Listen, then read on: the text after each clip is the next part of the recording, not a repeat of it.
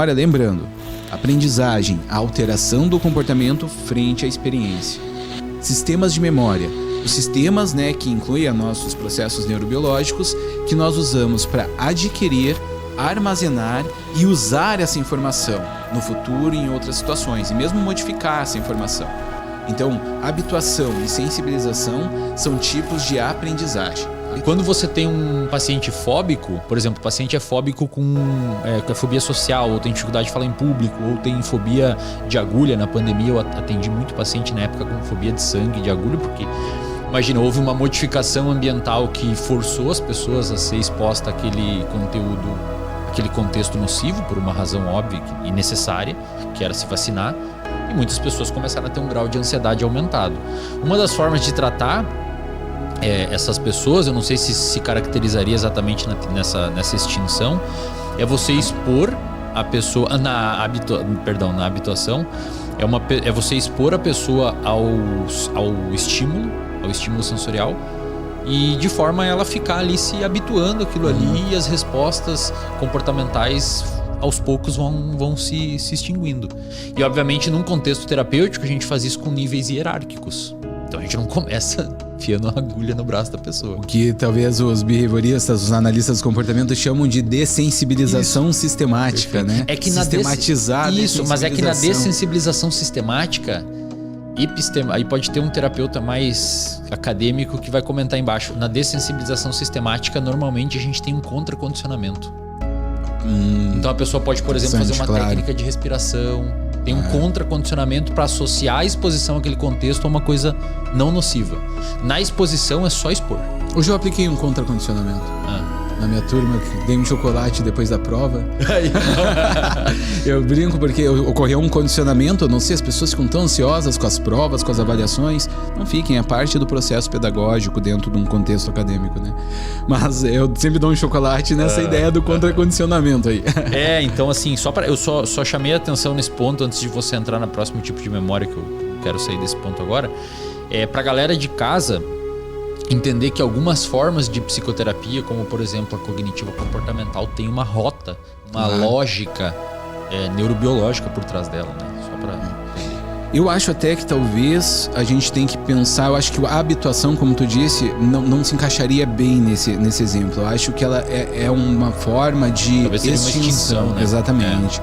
Então, até depois... Sim, não, mas depois você talvez chegue na extinção pra... Isso, porque a extinção ela tem a ver já daí com essa associação já formada. A habituação, ela tá mais para uma resposta que não tem um impacto assim tão grande em nível do organismo. É difícil de habituar uma resposta real de estresse, né? A um estímulo que causa uma resposta real de estresse. Por exemplo, o trem, ele é facilmente habituável caso ele esteja a uma certa distância, caso o barulho não seja muito incômodo, senão é difícil de habituar esse tipo de estímulo.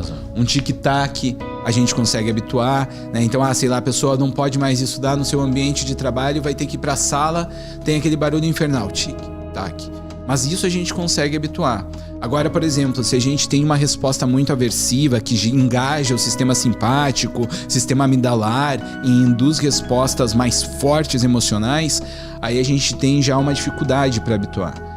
Então a habituação, até inclusive o início dos estudos da base neurobiológica da memória, eles acabaram ocorrendo justamente por ter sido a habituação, esse processo mais simples, escolhido como alvo pelo Eric Kandel. O Eric Kandel, que ganhou um Nobel em 2000 pelos seus estudos com a base neurobiológica da memória, ele escolheu a aplísia, que é uma lesma do mar, a aplísia califórnica, muito simples, e uma memória muito simples para iniciar esses estudos. E ele que percebeu que na habituação os neurônios sensoriais enfraquecem os seus impulsos conforme a estimulação é repetitiva. E isso vai ativando menos as respostas motoras, né? No caso, ele pegava a lesma, pegava um pincelzinho, passava no sifão, a lesma fazia assim, retraía, né? Passava numa parte lá da lesma e a lesma retraía o sifão, assim, retraía a guelra, desculpa.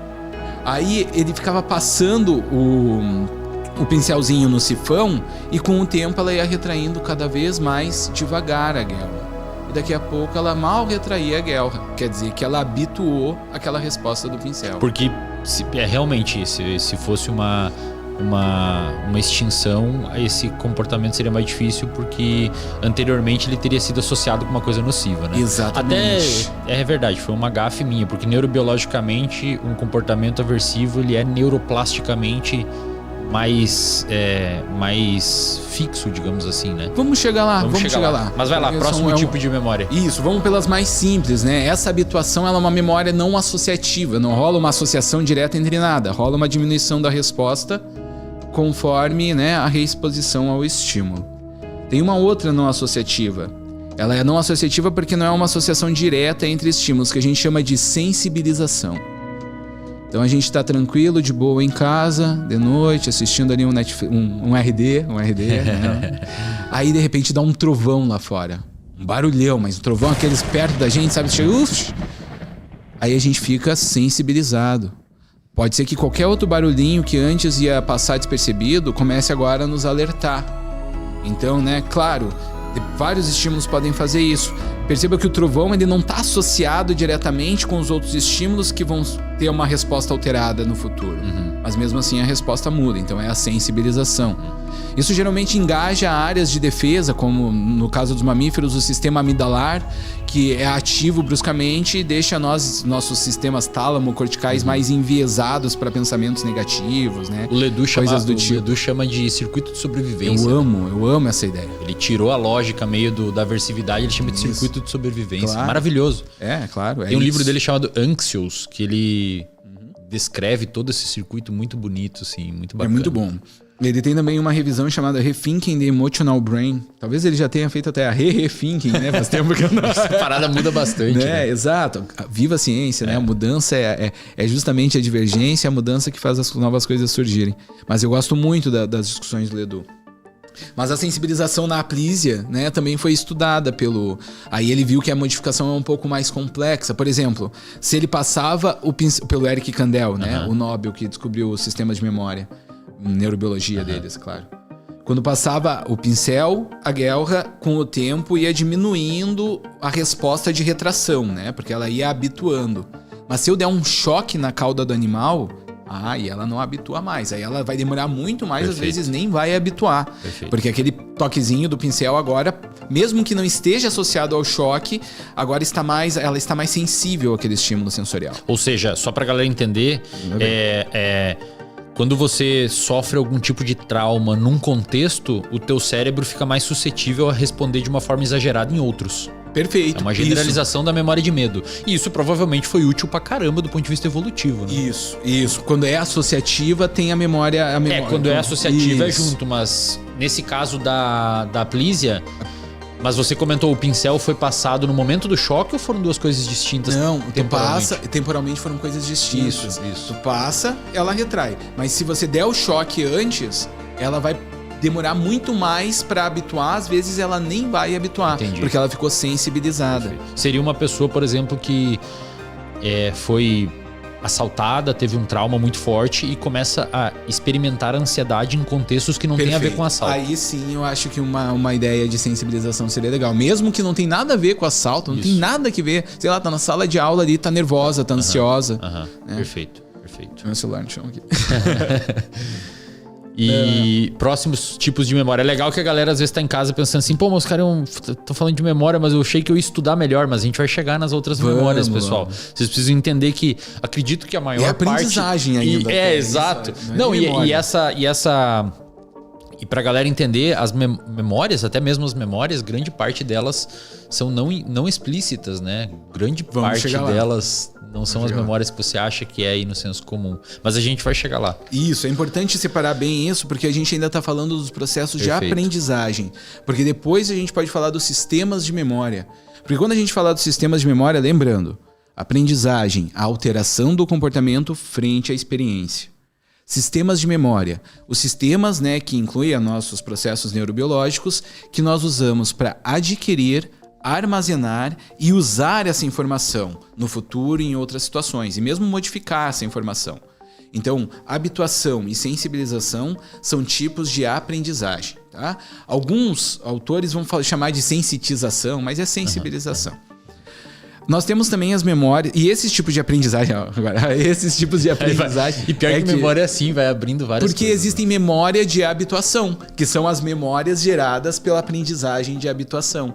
Então, por isso que gera uma certa confusão. Mas, por exemplo, isso não se aplica a tudo. Os dois próximos tipos de memória de aprendizagem, que são os mais interessantes, na minha opinião, que é o condicionamento clássico e o condicionamento operante, esses podem induzir tanto tipos de memória declarativas como memórias não declarativas. Então, por isso que a experiência de aprendizagem é uma coisa. Perfeito. E os sistemas de memória que vão armazenar essa informação são outros. Perfeito. Um mesmo tipo de aprendizagem, como no caso do condicionamento operante, pode gerar uma memória procedural ou uma memória associativa declarativa. Então, né? Quais são os dois tipos de processos de aprendizagem por condicionamento? O condicionamento clássico, descoberto por Ivan Pavlov, e o condicionamento operante, que é baseado na lei do reforço do Edward Thorndike, mas que foi claramente, amplamente aperfeiçoado e aprofundado pelo nosso querido B.F. Skinner. É um grande pesquisador e um grande cientista da área da aprendizagem. Condicionamento clássico e operante. Então, primeiro vamos no clássico, né? O clássico ele é muito interessante, ele governa algumas regras do comportamento importantes, que é o seguinte: o condicionamento clássico é aquele que ocorre com respostas que são eliciadas pelos estímulos. Perfeito. O que isso quer dizer? Que se o estímulo ocorre, a resposta também ocorre. Não é, por exemplo, assim, ó, se eu tô caminhando na rua e as gurizinhas estão jogando bola na rua, a bola vem vindo na minha direção, eu não sou obrigado a chutar essa bola, né? Eu posso chutar ou não. Mas agora, por exemplo, se alguém me aponta uma arma, normalmente eu vou ter modificações de alerta, modificações, de estado simpático, aumento do batimento cardíaco, e tudo isso não tá sob meu controle. Isso vai ser eliciado pelo estímulo. Então, não está sob o controle é uma questão, de ser pensado, não está totalmente sob o controle. Mas, dá um exemplo, por exemplo, pra galera. Vou dar um exemplo primeiro do Pavlov, que é o tal do cachorro, né? Por exemplo, você passa na frente de uma... Primeiro com a gente, né? Você passa na frente de uma pizzaria. Você tá, com uma certa restrição alimentar. Por mais que você, esteja ali na vibe de não vou comer pizza, quero manter o shape e tal, o que vai acontecer?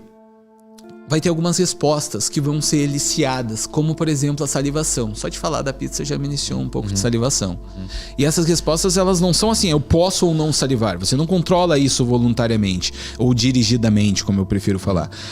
Quem controla isso é a parte autonômica do seu sistema nervoso, o seu sistema nervoso visceral, que é o sistema nervoso simpático e parasimpático, principalmente, que controlam isso. Então, se você tem o estímulo, a resposta ocorre. Por exemplo, se eu mostro um bife para um cachorro, esse cachorro tende a ter a resposta de salivação.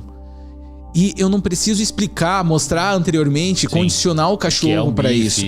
Exatamente. O cachorro, ele já tem essa resposta incondicionada, ou seja, uma resposta que não foi condicionada. A palavra condicionada, cara, para muita gente é difícil entender. Isso. Seria quase como se fosse associado. Condicionado passou pelo processo de condicionamento. Já vamos chegar nele. Ou seja, é uma condição para existir. Vamos lá, ó. Então, o que é o processo de condicionamento, para dizer que algo foi condicionado? Então, vamos pensar no caso do bife e da resposta à salivação. Nesse caso, não tem nada de condicionamento aqui. É tudo incondicionado. O estímulo é incondicionado porque ele causa uma resposta incondicionada no animal. Ok, então assim, condicionamento clássico, só para sintetizar pra galera, uma resposta... Vamos lá. Ela é complexo, galera. E aí que tá. A gente tem que entender isso. Explicar o condicionamento é um processo complexo. A gente tem que dar nome a cada elemento, digamos assim, parte do fenômeno. Então, o estímulo incondicionado é o que causa a resposta incondicionada. Isso tem que estar bem claro. Por exemplo, o bife causa salivação. Um barulho muito alto, acima, de 100 decibéis, causa uma resposta de sobressalto, pode causar uma resposta emocional de medo. Uma cobra causa uma resposta emocional de medo. É eliciado. Mas eu tenho um amigo que é biólogo, gosta de cobra. Mesmo ele vai ter respostas eliciadas de medo. Ele pode cognitivamente, ainda assim, atuar naquele contexto, mas as respostas de medo estão presentes. Ele pode ter menos, por exemplo, assim, devido à inibição, aprendendo, né? Isso. Mas ainda assim, elas bem provavelmente estarão lá presentes, se estiver tudo ok. Porque existem alterações nesse processo. Mas, então, no caso do bife, tá? É que tem uma questão muito interessante, vai ser interessante a gente falar sobre isso. No caso do bife, a gente vai ter a resposta incondicionada de salivar. Se eu tocar um sino, bater o sino ali pro cachorro, vou ter a resposta eliciada de salivar? Não, porque inicialmente o estímulo sino para a resposta salivar é neutro. Isso é importante. Sem relação nenhuma. Né? Porque às vezes a gente fala assim, porque às vezes a gente pode falar, o sino é um estímulo neutro, né? Mas ele não é, ele causa, por exemplo, um sobressalto. Se tu tocar um sino do lado do cachorro, o cachorro vai pelo menos te olhar. É uma resposta, né? Mas para salivação, o sino é um estímulo neutro. Mas aí olha só o que Pavlov descobriu, né? Ele descobriu que se ele fazer o pareamento dos estímulos, ou seja, uma associação entre os estímulos, ele faz com que um estímulo que é neutro adquira a capacidade do estímulo incondicionado de causar a sua resposta. Para relembrar, então, o que o Pavlov fez? Ele combinou, ele pareou o bife com o sino. Então ele tocava o sino, dava o bife, tocava o sino, dava o bife. Cada vez que o cachorro via o bife, ele salivava na presença do bife e do sino. E daí qual foi a grande conclusão, a grande sacada? É que depois de um tempo você tira o bife deixa de estar presente e só toca o sino. E o cachorro passa a salivar agora para o sino.